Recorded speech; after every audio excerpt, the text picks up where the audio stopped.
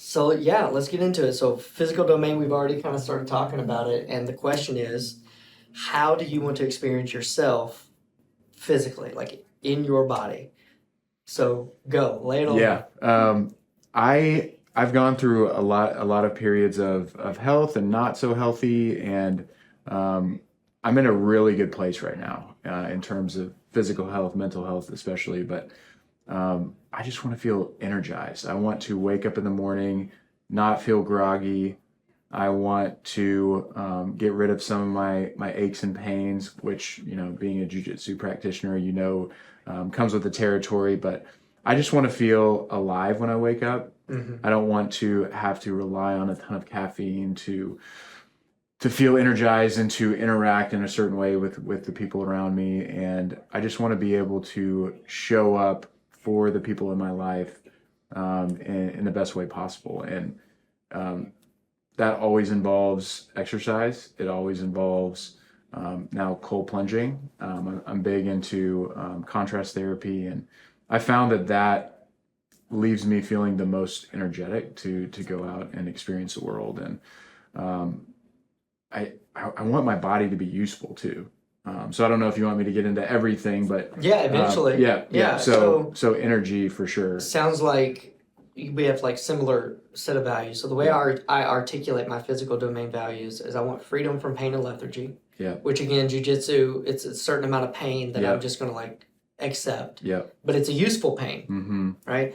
I want freedom from preventable diseases. Mm-hmm. So like cholesterol, heart disease, high blood pressure, diabetes, things like that.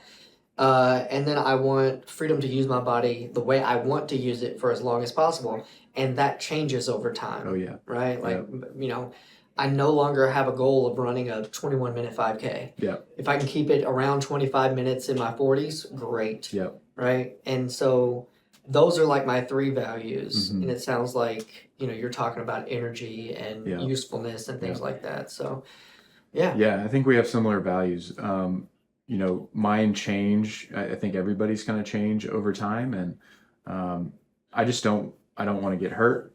I used to compete in jujitsu. I used to run, marathons pretty frequently, and I've realized that maintenance is more important to me at this stage in life, and staying, like you said, staying free from pain, staying disease free, healthy. Those are kind of the main values surrounding those. Yeah. Yeah. Was there a period of time where you didn't have a lot of energy that made you like where that value came from, where you don't want to go back to having to rely on caffeine or? Yep. Yeah, that's a great question. So early 30s is when I started feeling kind of a decline in energy, and I didn't really know why. I was running a ton and doing jujitsu, so I was incorporating a lot of cardio, not so much resistance training. And I think that kind of depleted my testosterone, and I've kind of gone on this journey of understanding what my body needs. And when I hit my late 20s, early 30s, I felt a pretty sharp decline in energy, and I found myself relying on caffeine and really just dragging throughout the day. And I eventually got my blood work done, and turns out my testosterone was low, my vitamin D was super low. I was almost pre-diabetic, so I was very metabolically unhealthy, and I wouldn't have known that unless I checked what was going on under the surface. And once I figured that out, I could start implementing certain things, certain not only exercise routines, but also supplementation, certain foods to kind of counteract the things I was deficient in. But yeah, I mean, I have not always felt this good. I kind of trial and error a lot of times, and I'll cut out dairy one week, I'll cut out gluten the next week, and it's come to a place to where I kind of understand what my body needs, and that's constantly changing and evolving, and really being okay with not getting it right and trying something else, and refocusing that way. So it's been a journey, but I feel the best I've ever felt, and I'm 37, so it doesn't all come at once. I don't think it's kind of a collection of habits and daily rituals that you kind of go through. Yeah, and so that, like what you're talking about now, are like the investment strategies. So like it sounds like your investment strategies or those daily disciplines include cold plunging, includes jujitsu on some regular frequency, weight training, and then the supplementation. Yeah. One of the things that I like with this up, and I want to hear all about Blokes. I'm very interested in like how you got involved with that. Was that the first company that you started exploring this with, or did your exploration start somewhere else that led you there? Yep. So it started in California. I moved to, Hannah and I, my fiance, moved to Nashville about a year and a half ago. I've lived here collectively for about 7 years now, but I started exploring in LA just because I felt like I was lacking energy, and I had read about how testosterone therapy can really help there. And I started on testosterone therapy and realized that it wasn't for me, and that it affects your body's natural ability to produce testosterone. It can affect fertility and sperm count and all that kind of stuff. So I didn't really want to go that route, but I started doing that, and I felt this like jolt of energy, because my testosterone level got to an optimal level. So I started exploring out there. I could have put it on the back burner just because I didn't want to go fully into that yet. But then when I moved to Nashville, I met a really close friend of mine, now my boss, Josh Whalen, and his wife Katie. They started Blokes Men's Health and Joy Women's Wellness. There's a sister company for women, and we specialize in diagnostic labs. So we check up to 74 biomarkers and cover everything from blood sugar and insulin to kidney markers to liver, to your electrolytes, your blood levels, your white and red blood cells, but also your hormones. So we really take a deep dive into what's happening in your blood. And there are so many different avenues to increase testosterone levels. And I just found that supplementation and peptides are just a more conservative way to go about increasing energy and really getting your hormone levels where they need to be. So that's the path I've taken, and now I'm working on that side and helping other patients do the same. Fantastic. Yeah, I can't wait for my kid to come in. I ordered the big one. The at home. Oh, you did the comprehensive lab. Yeah, the comprehensive, great. The 74 markers and stuff like that. So I'm excited about it. Yeah. All right. Well, you also said that you wanted to kind of talk a little bit about that romantic domain. Yep. And that one, again, we were talking earlier about, that's one of the romantic and relational are separate, but I like to ask both of the questions of how do you want to experience yourself, but then also what do you value about other people's experience of you? Yeah. Because when I'm working with clients, a lot of times we start with how do you want to experience yourself? Yeah. And a lot of times a client will come in and I'm dealing with just one part of a couple, and they're so focused on getting their partner to see them a certain way or think about them a certain way or to trust them. And we try to start with, well, instead of trying to convince your partner to trust you, how about you just start with the value of I want to be trustworthy. Yep. Right? And so start there. Yep. And answer the question, how do you want to experience yourself as a romantic partner?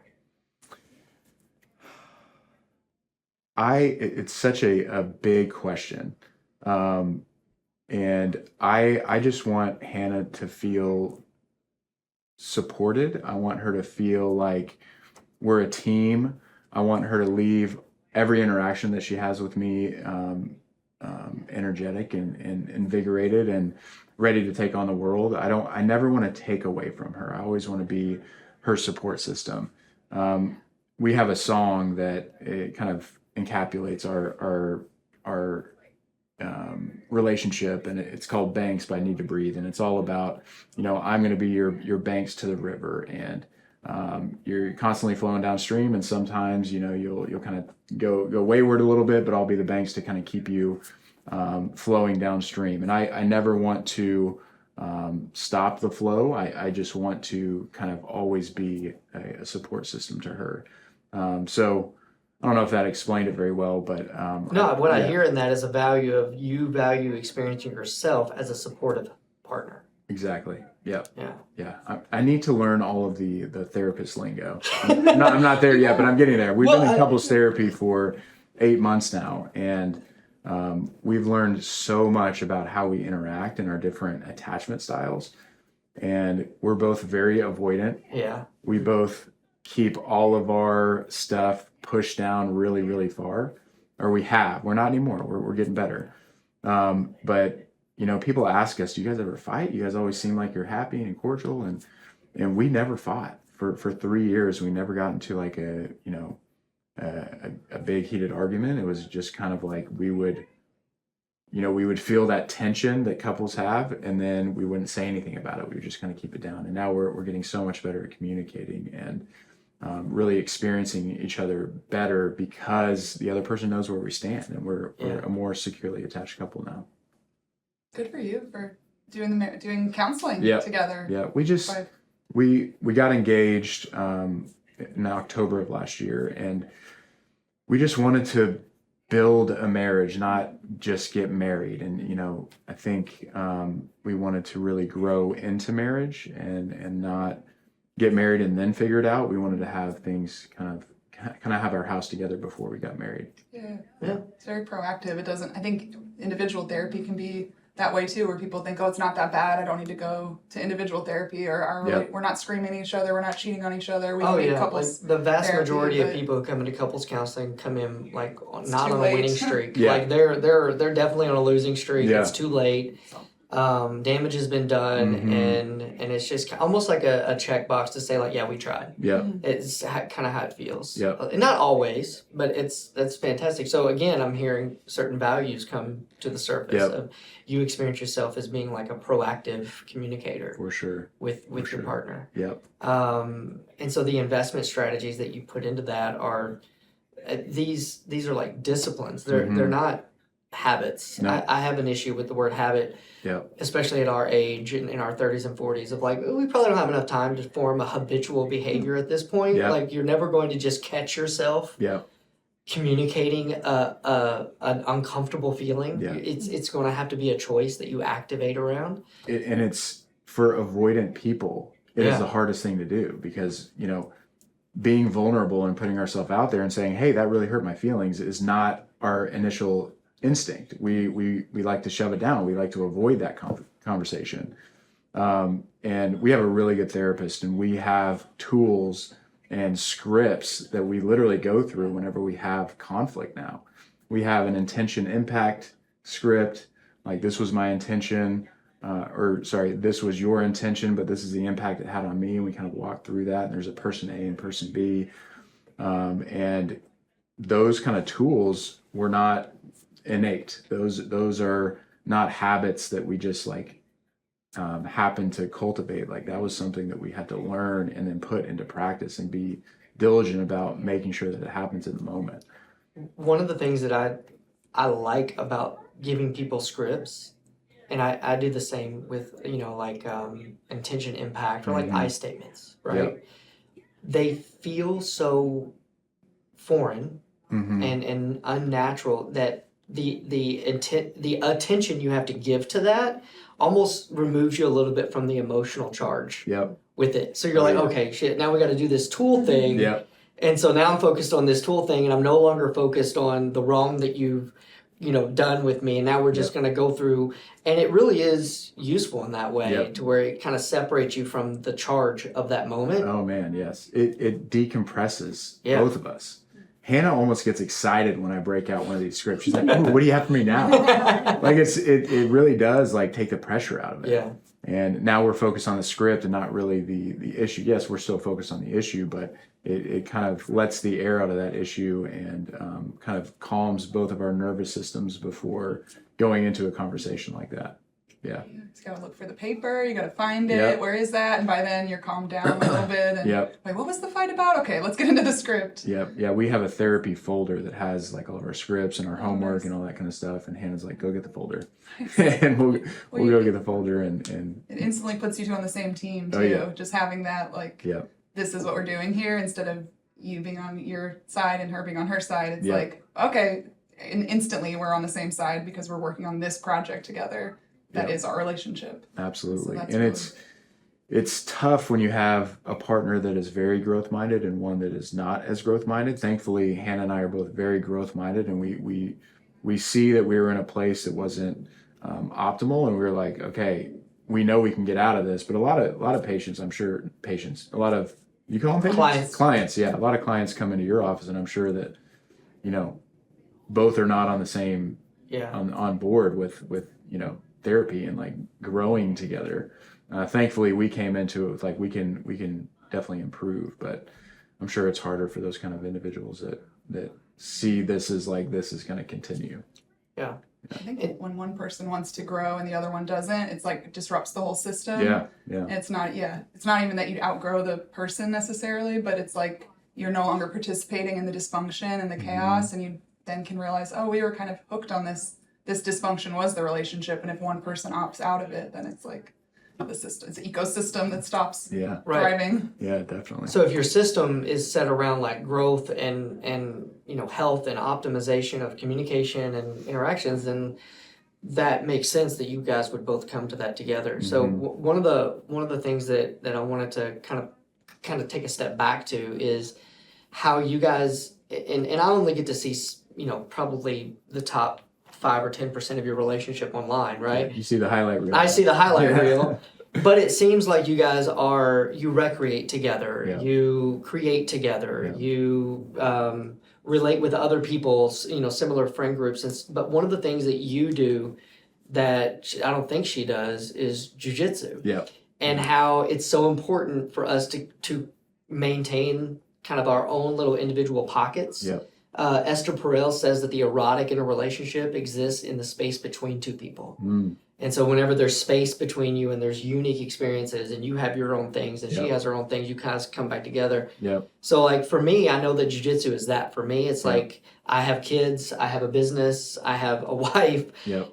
And other than, like my sons who go and kind of do their own jiu-jitsu stuff, but nobody else in my close circle does that with me. Yep. And so that's like my little pocket of relationships with the guys at the lunch group. Yep. Monday, Wednesday, Thursday. Those are unique relationships that I get to talk about that are new and unknown to my wife. Yep. Right? Yep. And so is that a similar experience for you? For sure. Yes. Jiu-jitsu is kind of my safe space, and like you said, it's a pocket that Hannah has experienced before, but she's not fully involved with. And I love that. I love having that hobby that I can just go do on my own, and it can be my own little world and have my own friends there. And she's somewhat integrated sometimes, but it's more so me just kind of like showing her into that world, and that feels good to me too.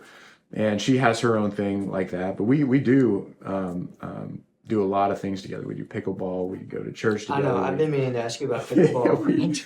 Man, I'm kidding. I've played pickleball with my mother-in-law. Yep. Well, maybe you need a little bit more competition. Well, I was going to say she's a killer. Is she pretty good? She takes like daily lessons. Oh, I love that. Yeah, it's amazing. Well, my parents. Okay, so my dad retired a little over 2 years ago, and they moved out into the country. They have a lot of land now, or more land than they did, and he built 2 pickleball courts in his backyard.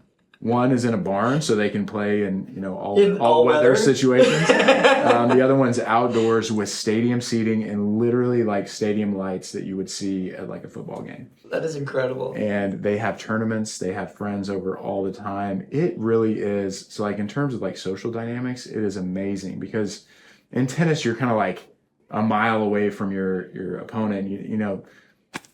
Conversing during a tennis match isn't as easy as pickleball. It's very close knit.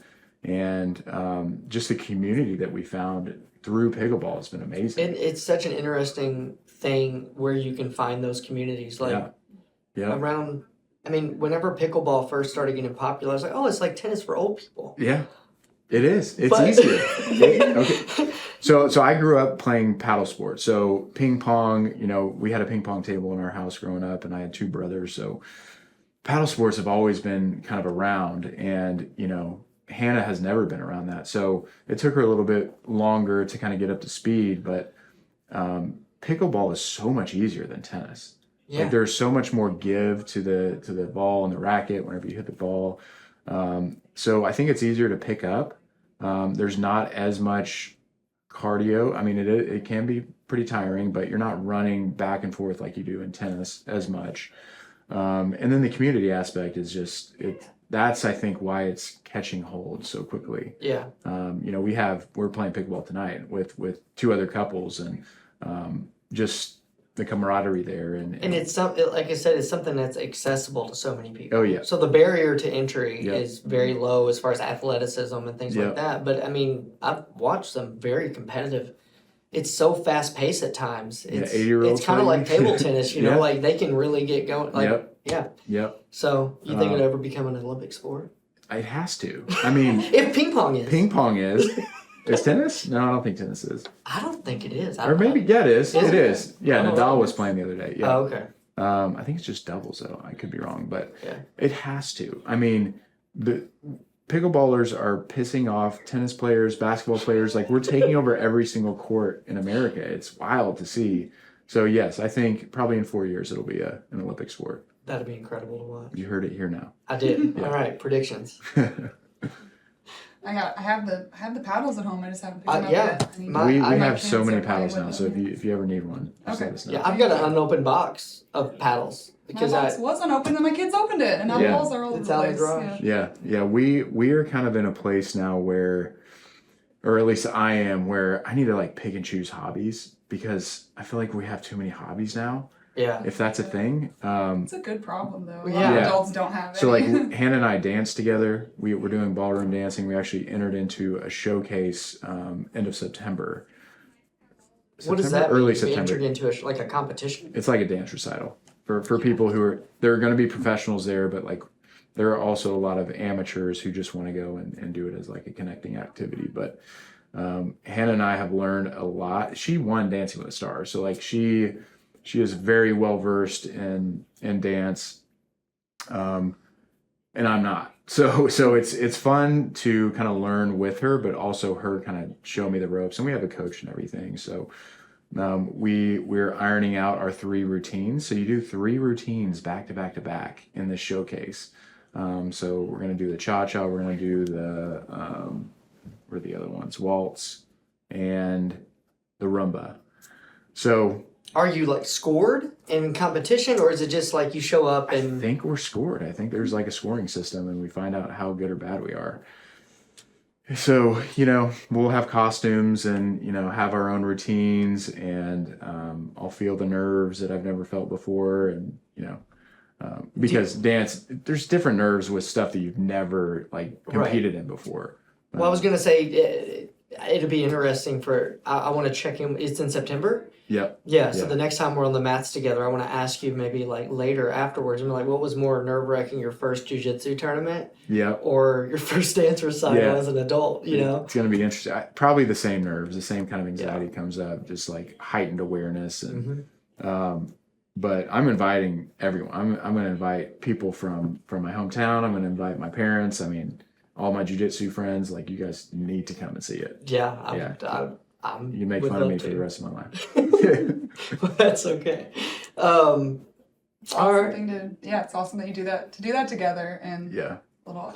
So again, like I just want to tie it back to this 8 domains thing of like, okay, you're describing a value that you share with your partner of like, you get to invite her into jiu-jitsu, she's inviting you into dance, and like this exchange of like influence, right? Which is really important in a relationship. And so again, like just for anybody who's listening, we're trying to give people insights into different ways of finding your values. And usually we track down the values by talking about what you're already doing.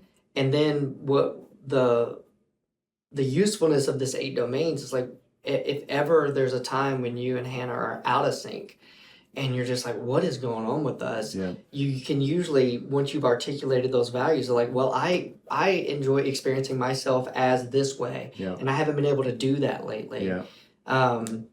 Like I hear from a lot of guys, guys are very romantic, right? They like to be playful and things like that. And whenever maybe kids are kind of getting in the way of that, or life and stress and busyness, and they haven't been able to experience themselves as romantic in a while, then we're like, okay, well, you just aren't getting to invest in that value. Yeah. And so that's the kind of the recalibration that happens. And so again, like going back to you and Hannah's examples of recreating together or influencing one another, sharing things with each other that is not, something that you always do together. These are things to keep on the radar. Yeah, and we've come a long way. Something that we really focused on when we moved to Nashville was building community, and that is something we were starting to cultivate in California. We lived in Santa Monica, and there's just a lot of people out there, and it's hard to kind of traverse that landscape and keep up with those connections. But we moved to Nashville and really made that a priority. And I don't know, you guys can probably speak more to this, but like the feeling of being needed for certain things, for pickleball tonight, for dance, for our church, like we feel that people need us, and it makes us feel better. It makes us feel like, oh, we're important. We need to show up for people. We need to show up for our buddy's event. We need to show up for this and that. And that's probably one of the biggest realizations that I've had. And I don't really know what value that goes under, but the importance of being needed in your community, I think, is really, really important. Yeah.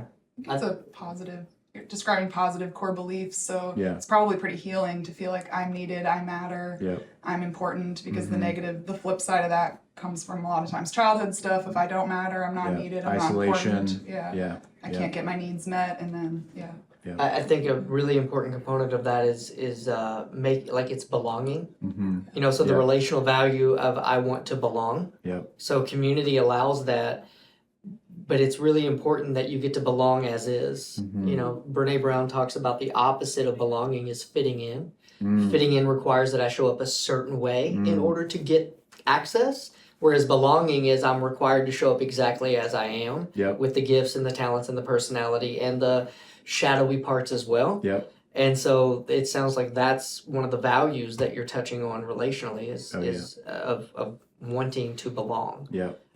And that's that need of like, hey, Adam, come on in just as you are. Yeah.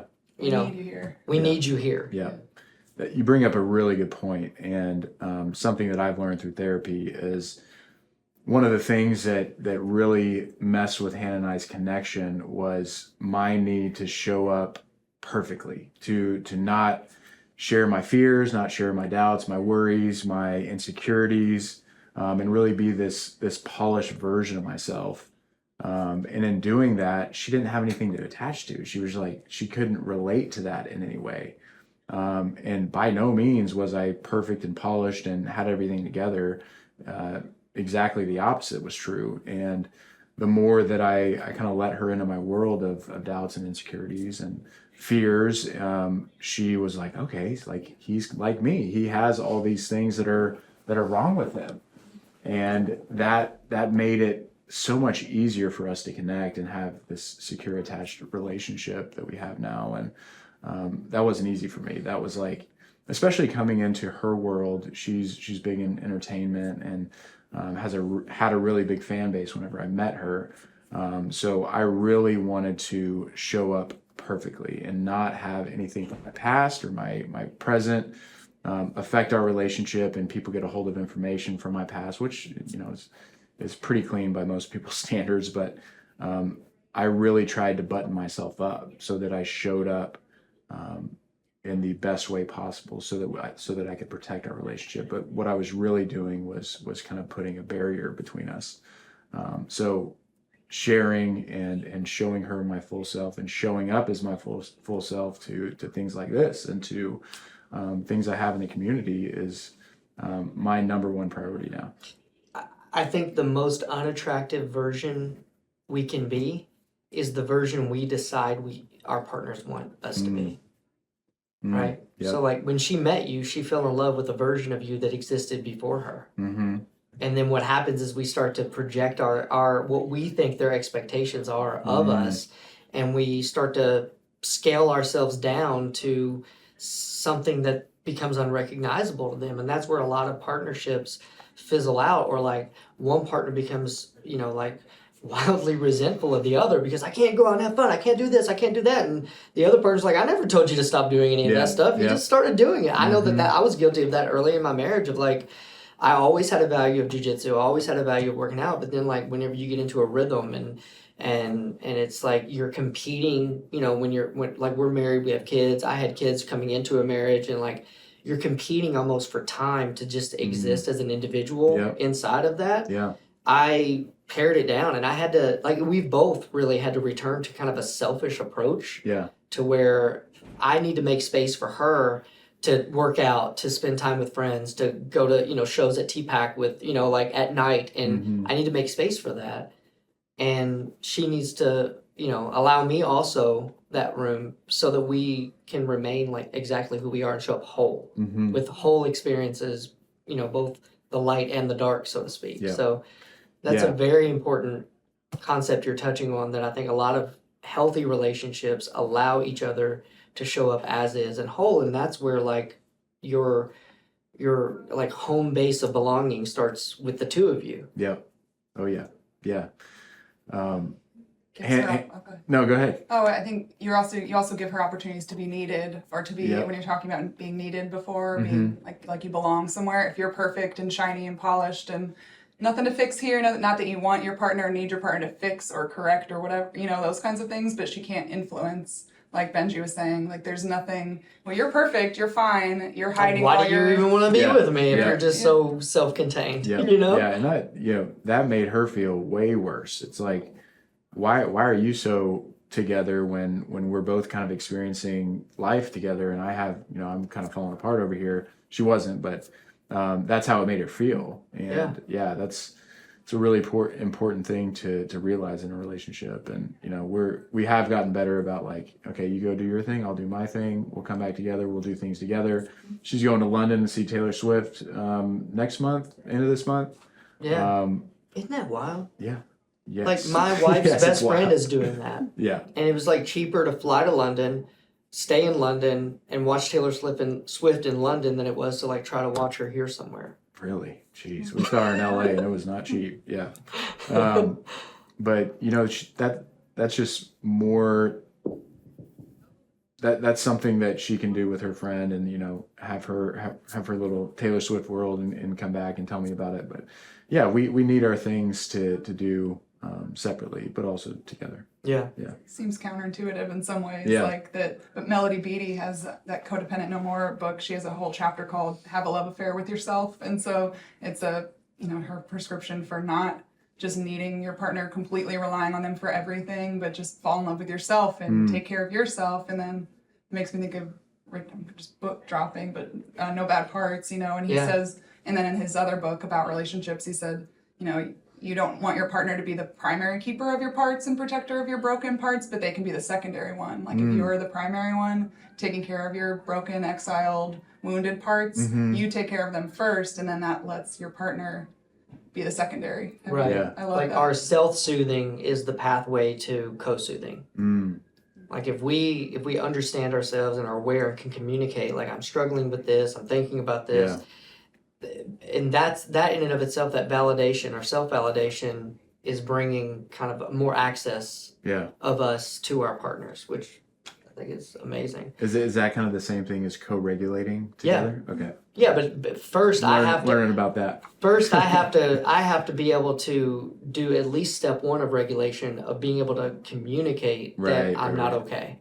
Yeah. Right? Yeah. In a way that isn't violent or passive aggressive or dismissive. Yeah. Right. And step 0 is noticing you're not okay. Yeah, and step then, 0. or 0.5, whatever, notice Right. and then to communicate it. Yeah. And not in a way that makes them responsible for it, but just to communicate it. Right. And allow them to. We need to allow our partners to care about us, not necessarily care like for us. Like, to rescue us. Right. Yeah. Yeah, the noticing has gotten better with us. The communicating, sometimes we will just like we'll just kind of like have, you know, word diarrhea and just start talking about what we have going on inside. Like, I feel a certain way, this happened, I don't know why I'm feeling this way, and we'll kind of like talk it out together. And that's been huge. That's been just because they're kind of a mirror to us, and they can kind of see what's going on that sometimes that we can't. And being able to just feel comfortable enough just having that conversation and saying, hey, this is what I have going on inside. what do you think about this is pretty game changing for us. Yeah. Yeah. It's great. Kind of in the last few minutes. So I know that we had talked about blokes and your journey there. And Yeah. I kind of skipped past that, but I do want to go back to it in the last few minutes that we have here, because I think it's important, because I do believe in the value of that service. And so tell me a little bit more about that. Like you mentioned, like for someone like me, I don't know the difference between a supplement and a peptide or so let's kind of take a jump back, if that's okay. Absolutely. Because I don't want to miss out on an opportunity to share that information. Yeah, absolutely. So patients come to us because for a couple different reasons. One, they feel bad and they want to feel better. Two, they want to just optimize their health. Maybe they're getting a little bit older and they're feeling some aches and pains and lack of energy, all that kind of stuff. But the majority of the patients that come see us want to improve in some way their health. And we have several different ways of doing that. But the first thing that we do is check your blood levels. So we're looking at everything that I kind of already mentioned, and all of it's correlated. So your testosterone levels can affect your blood sugar. They can affect the amount of insulin that your pancreas puts out. It can affect your lipid panel, your cholesterol. So hormonally, we really focus on that because it is so tied to different areas of the body and different systems of the body. And the way that we do that is through supplementation. Everybody kind of knows what supplements are, the minerals, the building blocks of our bodies. Peptides, just a chain of amino acids that our body is already naturally producing. And peptides are created in a compounding pharmacy. They're just kind of recreated, and then they help upregulate systems and processes that are already happening inside of our bodies. So peptides can work on a number of different things. We have a peptide called BPC-157 that helps with regenerating tissue growth and healing from injuries. It also helps with gut health. We have something called enclomiphene that is going to upregulate this process in the brain that signals to your testes to create more testosterone. So that's a really popular one right now. It's kind of the precursor step to testosterone replacement, in that it protects your body's natural ability to produce testosterone. So you're not affecting fertility, you're not affecting sperm count. So enclomiphene is a really good step to improving testosterone without messing with anything, if you want to have kids in the future. And then the kind of next step from supplementation to peptides would be hormone replacement therapy. And hormone replacement therapy has changed so many patients' lives that we work with. If your testosterone is low, like I said, it affects a lot of different things, not only in men and in women. Like women have really seen a big change in how they experience the world after they get on hormone replacement therapy. Testosterone, progesterone, estrogen, all hormones that really affect your ability to live a full life. And we don't know what to give you unless we get your blood levels drawn. So that's the first step. And then we kind of map out a protocol and a treatment plan based on your blood levels. And then we track it. We track it every 3 months. So is there a certain age that a person should start thinking about this? Or is it just kind of like your experience with yourself? Like you're in that physical domain, you're thinking about it, you're like, I'm just not experiencing myself the way that I want to. I'm going to the gym, I'm eating relatively healthy, I try to protect my sleep, and I'm still not I feel like there could be more. Yeah. And that's maybe the signal to reach out to a company like Flokes. That's a great question. I think that, teenagers can even check their blood levels and make sure everything's there. Parents can take their teenagers to get their blood drawn just to see a full panel, get a baseline. Not necessarily have to do it every 6 months, but there are underlying autoimmune disorders that can only be seen through a full blood panel. And a lot of times we're not symptomatic for years and years and years. We can have insulin resistance for 10 plus years before it affects our blood sugar, before a traditional doctor would catch it. So Hashimoto's is an autoimmune disorder that affects the thyroid that is rampant in America because of the diet that we eat.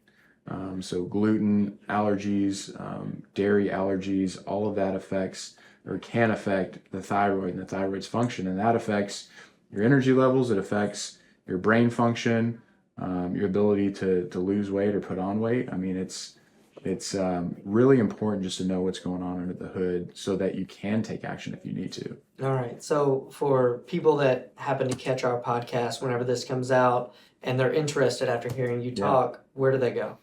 Blokes.co or joywomenswellness.co.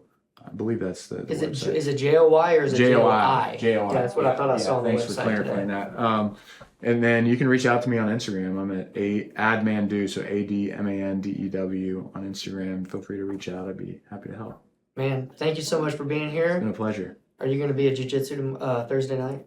I'll be there probably. Yeah, I have dance tomorrow. I have pickleball tonight. Thursday night, I'll be there.